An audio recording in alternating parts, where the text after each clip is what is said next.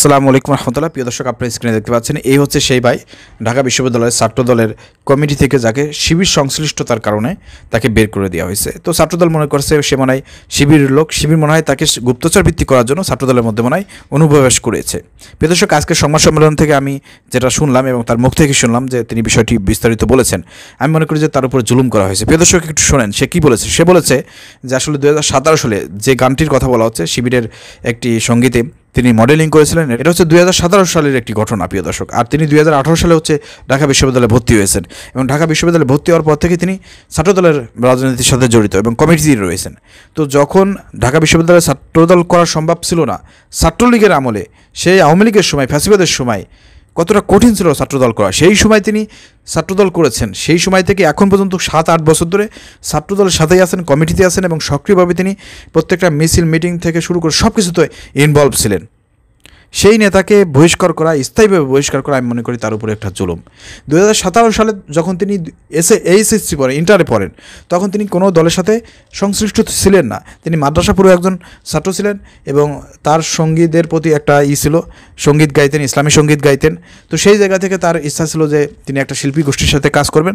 তো কোনো একভাবে তিনি ইসলামী ছাত্র শিবিরের একটি শিল্পী গোষ্ঠীর সাথে তিনি জড়িয়ে যান। সেখানে তিনি মডেলিং করতে বাধ্য হন, অথবা না বুঝে শুনে তিনি মডেলিংটি করেছেন। ওই সময় যেহেতু তিনি কোনো ছাত্র সংগঠনের সাথে ছিল না, তো শিল্পী হওয়ার সুবাদে মনে করছেন যে আমি মডেলিংটি করি।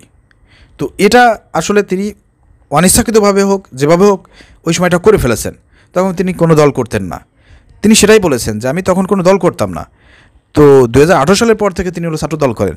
তো দীর্ঘ 7-8 বছর ধরে তিনি এই যে ত্যাগ স্বীকার করে ছাত্রদল করে আসলেন, ছাত্রদলের জন্য এত কিছু করলেন, সেই ছাত্রদল তাকে অবমূল্যায়ন করে তার এই 7-8 বছরের সব কিছু বাদ দিয়ে 2017 সালে একটা মডেলিংয়ে জাস্ট একটু উপস্থিত ছিল, এই কারণে তাকে দল থেকে বহিষ্কার করা আমি মনে করি চরম পরিমাণ একটা ভুল করেছে ছাত্রদল।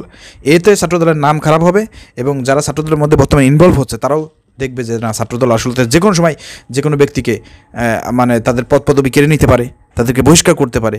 এতে কিন্তু একটা সবার মধ্যে কিন্তু একটা ভয়, আশঙ্কা এটা কিন্তু কাজ করতেছে। এবং আপনারা দেখেছেন 5 আগস্টের পরে ঢাকা বিশ্ববিদ্যালয় সহ বিভিন্ন জায়গায় কিন্তু ইতিমধ্যেই ছাত্রলীগের লোকজন ইনভলভ হয়েছে কমিটিতে, ছাত্রলীগ থেকে আপনার ছাত্রদল করতেছে, সেক্ষেত্রে কিন্তু কোনো সমস্যা নাই। কিন্তু দীর্ঘ 7-8 বছর ধরে আওয়ামী লীগের সময় ছাত্রদল করা ব্যক্তিকে এখন সরিয়ে দেওয়া হচ্ছে কেন? অবশ্যই আমার কাছে মনে হচ্ছে এই পদ পদবি এগুলো আসলে কেড়ে নেওয়া হচ্ছে টাকার বিনিময়ে। অন্য কাউকে হয়তো এখানে ইনভলভ করাবে টাকা খেয়ে।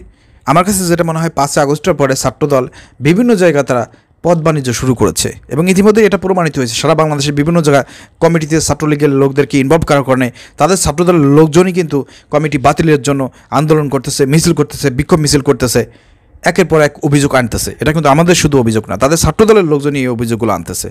ঠিক আছে, পকেট কমিটি তৈরি করা হচ্ছে, পদ বাণিজ্য করা হচ্ছে, এগুলো তাদেরই অভিযোগ। তো সেখানে আমি মনে করি যে এই ত্যাগী নেতাকে যে বাদ করা হলো, এটা তার উপরে জুলুম করা হয়েছে। প্রিয় দর্শক, এ বিষয়ে যদি আপনাদের কোনো মন্তব্য থাকে কমেন্ট করতে পারেন, ভিডিও শেয়ার করে দেন। আসসালামু আলাইকুম রহমতুল্লাহ।